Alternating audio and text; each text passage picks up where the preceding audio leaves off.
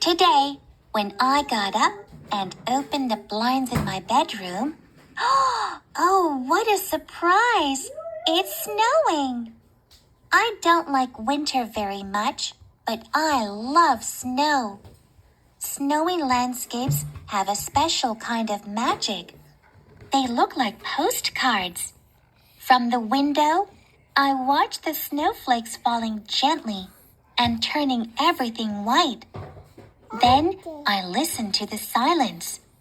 Without realizing it, I closed my eyes and started to remember.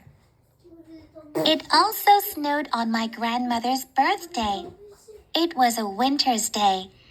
I was having breakfast with my parents, and while they were thinking what they were going to give her, I had an idea. A cake! Yes, we could make her a cream cake. I shouted excitedly.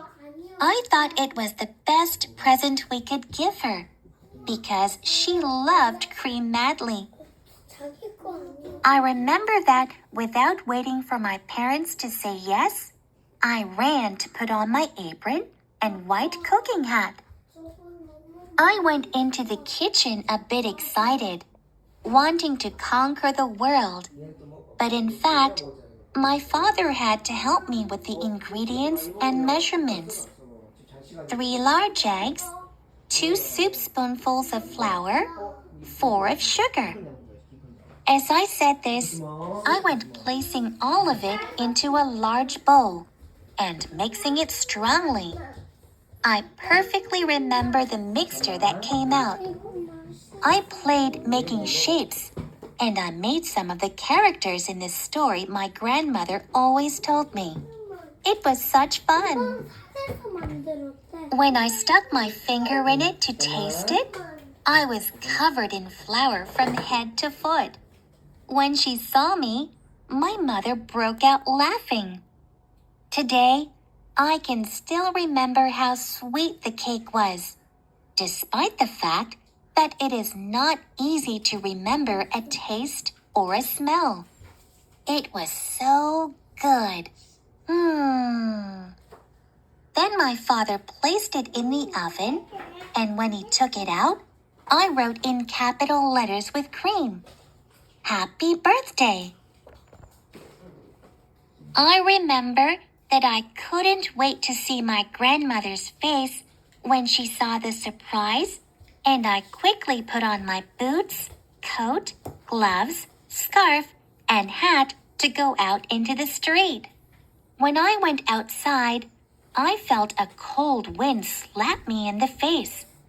It was very cold, and the air was freezing. There was a lot of snow, and as I couldn't ride my bike to my grandmother's house, I took the sleigh. Fortunately, the gusts of wind calmed down until they almost disappeared. So I was able to tie the cake onto the sleigh easily. When the sleigh, the cake, and I were going down the hill, I heard meow, meow, meow. It was the cat running behind to catch up with us. I remember that I braked suddenly so that he could climb on. It was lovely outside.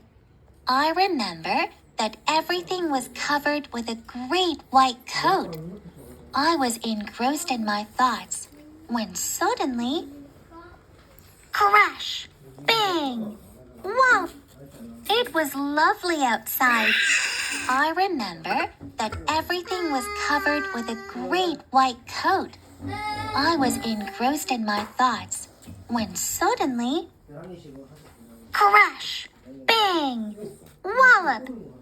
We turned over. A stone that was too large and covered in snow caused us to fly through the air. The cake landed to one side, the cat to the other, and I landed on the ground holding my breath. Luckily, nobody was harmed. We arrived at grandmother's house with the cake all in scraps. But when she saw me, her eyes started to weep with emotion. She gave me a big kiss and then hugged me very strongly. I remember that we stayed like that for quite a while. Neither of us said anything. There was just that cuddle and the sound of silence. When we started to pull away from one another, I whispered in her ear, "Happy birthday, grandmother!" For afternoon tea, we ate the cake that had become a kind of trifle. Although it was completely flattened, it was delicious, and I had a piece with a lot of cream. When we finished, my grandmother took a couple of old photo albums out of the dining room sideboard. Each photo was the souvenir of a certain experience, and I soon understood that she had a lot of things to recount. When we had finished looking at the photos, I wanted to go outside to make a snowman. I remember that, as I piled up the snow, my grandmother was watching me through the window with a sweet smile. Then I waved at her and blew her a kiss with my arms stretched out so wide that they almost touched the clouds in the sky. The cat also played in the snow. It climbed up and down the trees from the roof, and every so often, it came to my side and started to turn around the snowman that I was making. I tried to catch it once, and as I was running after it, I fell over. Then I turned over and looking up towards the sky, and as I caught my breath, I contemplated the snowflakes falling down. I remember it as if it had happened yesterday. I went back inside soaking wet and freezing cold.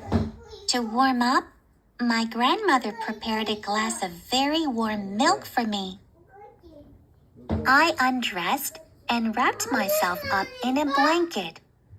The pleasant feeling of the milk running through me and warming up my whole body is engraved in my memory.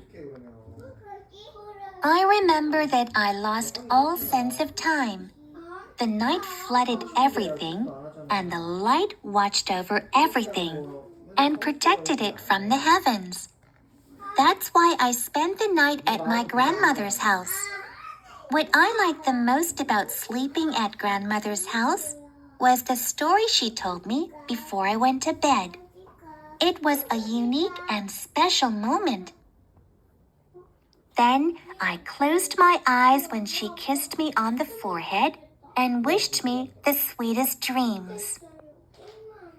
But now, my grandmother is no longer with us. I just preserve her beautiful and fond memory.